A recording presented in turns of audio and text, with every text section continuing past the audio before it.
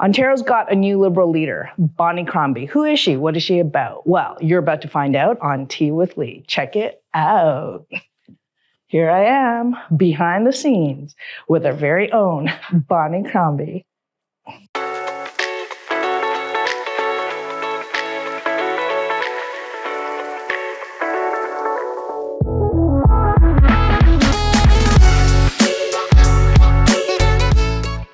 Bonnie, I'm so excited to have you here to join us today. Thank you, Li. I'm really looking forward to seeing you and hanging out, spending a few hours. Hope we get to know each other. Absolutely. Well, I think a lot of people are really excited to get to know who you are. Thank you.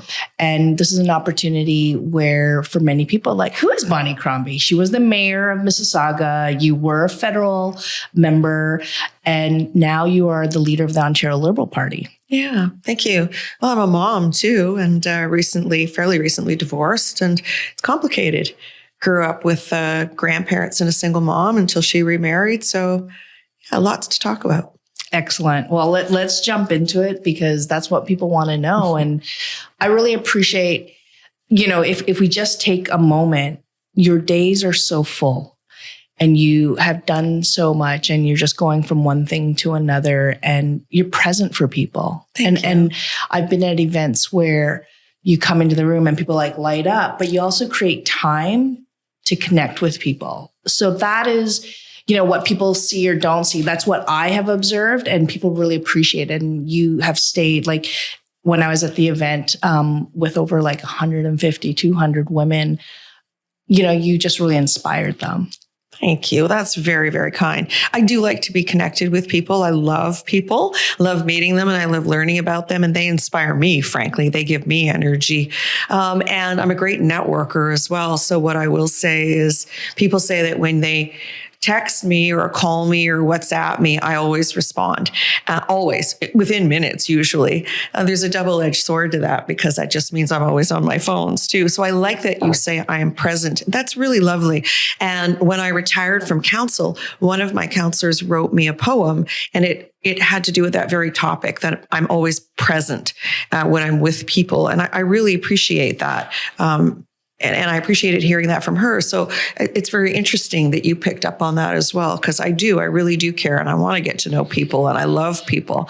And I'm there for them. I think I've really made my name because I'm very responsive. I'll share with you that my kids, when they were younger, were Polish, as you know, used to call me Mrs. Badinski because the ski is Polish firm, right? Because they always say that you've never met somebody else's problem you didn't want to solve, Mom. You always insert yourself. And it's so true. So it just came to be true that when people reached out because they knew I would help and I would help them solve their problems or connect them to somebody who could if I couldn't. And it's just created these vast networks of people that I can tap into throughout my career. So, well, I think that that's something that is so remarkable. And so in this day and age, it's very hard, right? To be connected, to be present and to bring people together. And you've done that as a passion and have been elevated to high levels. And, people don't realize where you started and where you came from, that it wasn't like you were handed a business and that, all these skills were naturally bestowed upon you, but that you had actually learned them on the way. Would you mind sharing a little bit about that story? Because some people may have heard it, but I don't think everyone has. Well, thank you, Li. And I will say I wasn't always so self-confident. I think as women, we grow into that a lot later. The men seem to, from birth, be told how to market themselves and do that so well. I think back to women who have even trouble asking for a raise. And, men go in and talk about all their achievements and then say, they want 10% when the going rate's 2%. Right. Absolutely. And women, just say, oh, thank you for my 2%.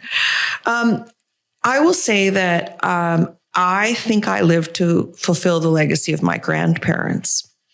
I take that very seriously. They left Poland in 1930. My grandfather left after my mother was born in 36, and they moved to France. And my grandmother and mother joined my grandfather in 1939. Well, you know well what happened in 1939. And he was, of course, captured very early on. He signed up and served in a Polish division of the French army and soon captured. And there is a story about him getting liberated that I can share with you at another time. Doesn't fit here, but they did come to Canada. They chose Canada after World War II rather than go back to Poland or stay in France or go to the United States, because my grandmother had sisters here.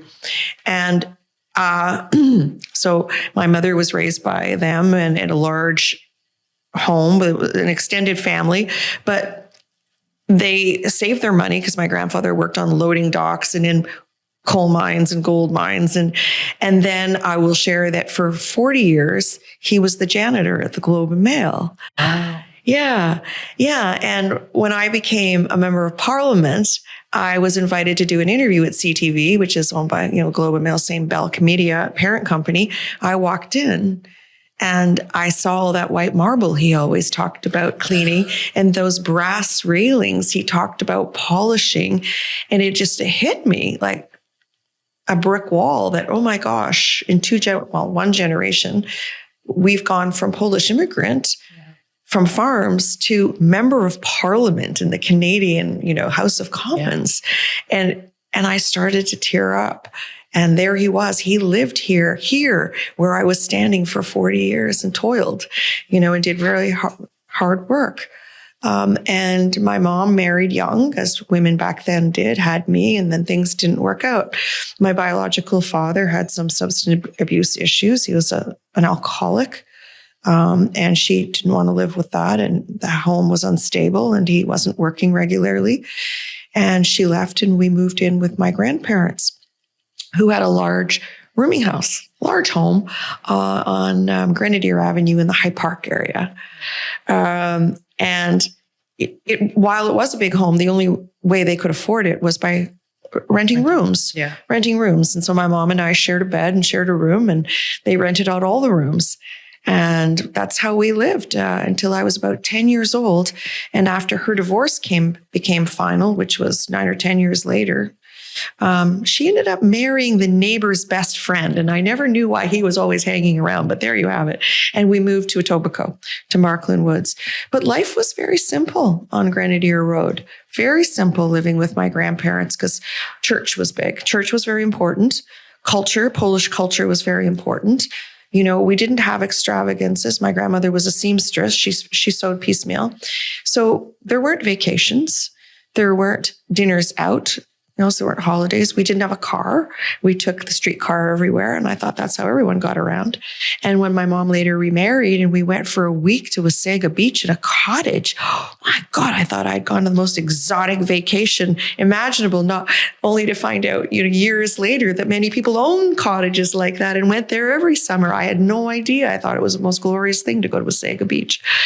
So life was very simple, but it was all about family and church and, values. Yeah. The values of hard work, education will get you ahead, And so that's what I focused on, and it worked for me. But Lee, one of the reasons I'm in politics today is because that formula doesn't work anymore. No matter how many degrees you have, how hard you work in school, you may not get that job that will help you buy a house later in life. Most people won't own a home anymore unless there's generational wealth and they get one passed down to them. So things have changed dramatically, but for my generation, hard work meant school, doing well, continuing on, getting multiple degrees, getting a great job, and you will be successful. But we got to find that magic formula for our youth today and making things more affordable for them today. And I see that with my own children who are 35, 31, and 27. And the oldest and the youngest are getting married this year. And, the kids are different. I remember my mom planned my wedding and I had hoped that it was her wedding. And they paid for a lot of it, but it's not like that today. The youth, they organize their own weddings and we contribute, but it's not the same. But they want to own homes. They want to have families. Yeah. And, I would like to contribute to that, but it's very limited what I can do. And they're saying, Mom, you've got to do something. Yeah. We want to own a home and have a family, and be raised the way you raised us, raise our children. So this is something I think about a lot, how the dream of owning a home or frankly, even finding a rental that's affordable, that dream's broken. And that's one of the reasons I got into politics, because I'll be honest, I wanted to make life better for other people because I've worked hard and I have been able to achieve some success. And I wanted to ensure that everyone was able to have the same kind of success I had. And I had to find that formula. And that was our mantra in my office. What are we going to do today to make lives better, make other people's lives better and make them easier? And when I got elected to municipal politics, it's a lot easier to make an impact on people's lives because it's closer to the people, municipal than federal, provincial. Well, then federal, I had been a federal member. And so the mantra was, what are we going to do today to make someone else's life better? And so we always strove to do that. But so I had a 20-year business career, but I was always active in politics. And I'll tell you how I got into politics, if I may. Yeah, please. I had a friend in high school, the cute guy, said, what are you doing this weekend? And I thought he was asking me out. And I said, actually, nothing. Why? And he said, because I have to go drop flyers for my uncle. And I said, drop flyers? He goes, yeah, he's a cabinet minister in the Trudeau government. And he's running up for election. And I'm going to go help him this weekend. And I'm going to drop flyers at people's houses. Do you want to come help? And I said, sure, why not? Sounds great. And then we started talking, and his uncle was named Dr. Stanley Hajdasz, and he was Polish. Wow. And he was a cabinet minister, and he was the minister of multiculturalism.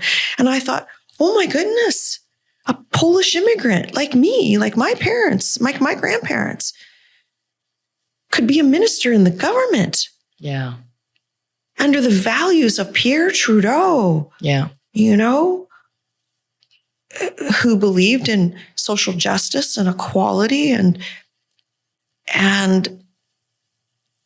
the power of multiculturalism at the time. And I thought, wow, these values really speak to me and who I am. And I got involved from that day forward and got really involved in politics. So despite going to school and having a business career and working in ad agencies and then going client side and working for McDonald's Corporation and then the Walt Disney Company and then Insurance Bureau of Canada and doing an MBA and starting a small business with classmates called Cargo Cosmetics and stepping back when I had kids and sat on boards in the community and did consulting work, but raised kids for a period of years. And then when a seat opened up, I was invited to run for an open nomination. Wow, that's a lot of hard work. It was a lot of hard work. I ran against 7 other people, but if I may boast, yes. I got 70% of the vote on the first ballot. So I was pretty pleased and went on to win that time against the current, because that was when Stéphane Dion was leader and Stephen Harper had a minority government. But then we only had won the one term. But I loved serving. I realized that was my calling. Yeah. Serving public service, where I could help make people's lives better. And so I thought, what am I going to do? I loved what I did, but unfortunately, there won't be another opportunity for 4 years. Yeah. Stephen Harper got a majority. What will I do? Well, my friend and mentor, the iconic and beloved Hazel McCallion, mayor before myself, came to what should have been a victory party. It was election night party, and we're pretty somber, but of course I had to thank my team for working so hard. And she said, well, Bonnie, one of my counselors has been elected federally. There's going to be a seat open and there will be a by-election. I think you should run. And so a window closed, but a door opened. Yeah, that's thanks powerful. To Hazel, and she said, come and run municipally. And I thought, I'm a federal member. I only know about immigration and finance and all those federal issues, and tried to be a strong voice for my community federally.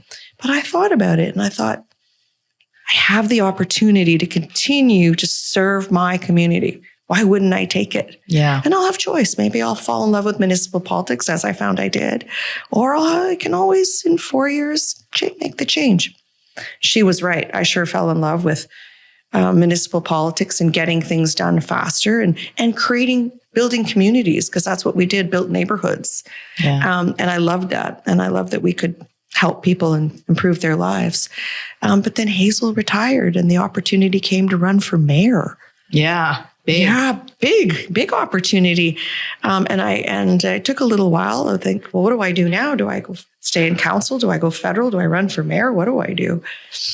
And of course, decided to run for mayor and the rest is history. I had a very formidable opponent, the father of one of my counselors, who was at the time a dear friend, Steve Mahoney. Right. And Steve had been a speaker at one of my very first fundraisers, and I didn't want to run against him. He was somebody I loved and respected, and he was formidable. Yeah, He'd for been sure. a cabinet minister. He was the CEO of the WSIB, or chair there. And a great guy. And I thought, how am I going to run against Steve?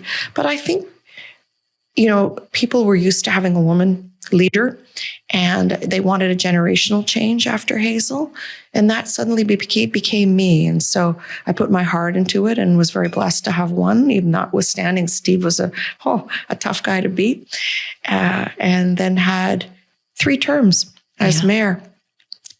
But today, when I see what's going on around me and people suffering, and because municipal politicians are so much closer to the people because we're out in the community every day, and people feel I'm very accessible because I shop where they shop, and I'm, at the Metro or corner store or at the pharmacy, or frankly at the Winners or the Homestands, my favorite places in the world. And people come up to me and say, Bonnie, what are we going to do? I can't afford my groceries. I put the meat back this week. I've got 4 kids.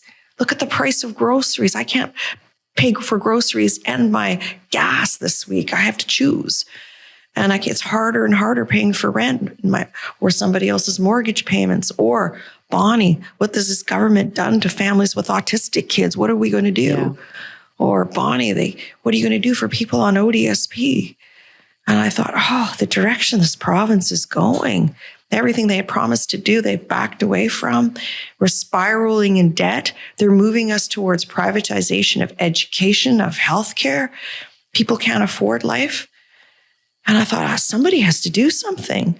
And apparently that somebody was me. So I stepped into the race, even though we had some really great candidates in the race. I really felt I could make a difference. Mm-hmm. And I thought I had a lot of name recognition that would help my leadership race. And my heart's in the right place. And I just want to change the direction this province is on to make it fair, more equitable for people, for families and young families and women, single mothers and parents with, children with disabilities. And I thought maybe I'm the right person. And I'm a centrist. Having been a mayor, we're very fiscally responsible because we can't run deficits. So whatever money I raise, we have to allocate according to the greatest need. Yeah. And that's a big difference. I had been governing. The other guys in the leadership race are great people, and they're smart and their hearts are in the right place, but they didn't have governing experience. Yeah. And I think that made a difference for some Liberals as well. Yeah. And being the only woman in the race, maybe that made a difference. I don't know. Maybe it did, maybe it didn't. But so we won, and now we have to move forward trying to change the path that this province is on. Well, I appreciate that, because I think it's a lot for people I think it's important for people to kind of know where your roots are and how you got started. And I think that a lot of what you said resonates, because a lot of people are struggling and people can't afford to buy a home. Rent is so much higher that people can't save at the same rate to be able to put a decent sized down payment, or, do what my grandparents did, which isn't really allowed anymore, to have a rooming house so that you could have other people helping you pay your mortgage, right? In Mississauga, we allowed for secondary suites, and we're going to allow garden suites now, but we need more of that so people can find affordable rent, and it helps other people pay their mortgage. It works for everyone. So that formula hasn't been working in a long time. But it was, a very, very humble upbringing. And when my mom remarried, we moved to Etobicoke, and my dad was in real estate like yourself, Lee. Oh, I didn't know that. Yes, he was. He was a real estate broker, and he raised me and her second husband, who adopted me, by the way. And, when he made some deals, we got to take some trips, like the cottage, and eat some steak. And when we didn't, it was tuna casserole. Right. And car trips feast or famine, car trips to visit family. Yeah. But anyways, it was a great upbringing because we just focused on the right things, family values and hard work. And I think that is what grounded me and made me who I am today, largely from my grandparents. And, they raised me because my mom worked, and my grandfather used to sit me down in the evenings, and we would watch hockey on black and white TV. And I'm sure he wanted a grandson, but he was stuck with me. And we watched the original 6 teams on black and white. Yeah. Well, I appreciate that. I mean, in terms of sharing that story, it really gives us a sense of where you come from, what your ideals are, and what you're fighting for. And usually, as we wrap up and everything, I like to think about a quote, something that guides you in principle. But before we get to that one piece, you gave a wonderful speech for International Women's Day about cup of ambition. Cup of ambition. That's about ambition. Mm-hmm. And don't be afraid of it. Right. Don't be afraid to try, because as a woman, we're often told when you do try, you try too hard. And if you're pushy, you're too loud. Right. And don't be that woman. And it becomes characterization and belittling and pushing you back down. So I really appreciate it, because I was like, oh, wow, this is really great. I want my daughter to hear this as well. Yeah. And so if you can just speak to that really quickly before we get to a quote. So I thought it was so important. And I think I framed it that great philosopher Dolly Parton talked about that cup of ambition that women should have. And as I started out with, women become more confident later in life. Yeah. I think they're not born with it the way that men are kind of trained to be more assertive in everything they do. And they're a little more confident. And we get there gradually, but a little bit later. And it's very important for women to have self-confidence and to be ambitious, but to channel that ambition. And that's what I'm talking about today, is channeling my ambition for the betterment of our province, for the betterment of families, for the betterment of people. And yeah, you're right that sometimes when women are characterized for their overconfidence or being too assertive and too aggressive, there's, and they're demeaned for that. And there is a lot of misogyny in that. But at the same time, with that ambition, what we want, I think I said the corollary to that was abundance. What we need is abundance. And if we grow our economy, we will be more abundant. And then we can pay for all those programs and services that our residents need in Ontario. But it's very important for women to have ambition and to define that. And I've defined mine in public service and to help others. I love it. I think that's so great. Mm-hmm. So a guiding principle or a quote. Well, there are a few. I think my mother always told me to be very self-reliant and not to depend on anyone. And by that, I think she meant a man, not a husband, but do it yourself kind of. Yeah. So she always said, remember, Bonnie, if it is to be, it is up to me, meaning it's up to you. Yeah. If it is to be, it is up to me.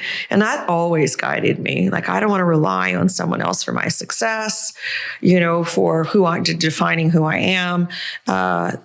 I don't want to live in anyone's shadow. I want to be me. If it is to be, it's up to me. If you're going to be successful, it's in your hands. Don't leave it in somebody else's hands to frame you, to care about you. And the other one I think would be Hazel. I think I said this: if you want something said, ask a man. If you want something done, ask a woman. Hazel said another one too. She said, think like a man, act like a woman, and work like a dog. That one's a little harsher. But certainly, women get things done because we have to. Absolutely. I talked a lot about being, for myself, that sandwich generation, where I have, your children are always your children, no matter if they're 3 or 13 or 23, they're always your children, and their needs change, but they always have needs. But what you find is that your parents become needier too as they age. And so I'm between kids that are in their late 20s and early 30s and a mom who's 88. And mom who wants to age at home. And she said to me, okay, I'll support this decision for you running for this office because I know you'll do the right thing, because Bonnie, I need more supports to stay at home and age at home. And she has heard those stories about those seniors' homes. Yeah. It's not that those people the PSWs and nurses don't work so hard. It's just so few of them and they're stretched so thin. Yeah. So, she's concerned about that and she wants to age at home. Many seniors do. And we just have to provide them with more wraparound supports to allow that to happen. So those are the take-homes, the takeaways, I guess. Well, it's powerful and I appreciate it because, you are a formidable person, I will share that I didn't share this with you at an IWD. I did the next day with some young girls I met with in Milton, that when I was mayor, I invited 2 grade 12 high school students, women, of course, young women, to come to an International Women's Day from every high school in Mississauga. So we ended up having over 250 young women in the room, and we had mentors as well. So school trustees, community business leaders, 1 or 2 at every table so that the girls could talk, and we would have female role models give the keynote address. So I actually had the Lieutenant Governor Elizabeth Dowdeswell. I had former Premier Kathleen Wynne. I had the very first Black Cabinet Minister Jean Augustine. I had our very first female police chief, Jennifer Evans, for a time. So I've tried to have some really strong women come and speak to these girls, young women. And I also asked them to write an essay for me, 1 page, on who was the one person that inspired them the most in their lives. Yeah. And Lee, you know who 85% of the young women told me? They told me the same person. It was the same person. I couldn't believe it. Okay, there were a couple that mentioned a supermodel or 2 because they had charitable foundations. They thought they did good work. Others mentioned Mary, mother of God, mother of Jesus. They did. Both Muslim women, because Mary is fair, and Christian women. But the rest of them, 85% of them, told me it was the same person. Do you know who that person was? Who? Their mothers. Yeah. Their mothers who inspired them each and every single day. It was the mothers who told them to get out of bed, get dressed, get to school, work hard, get your homework done.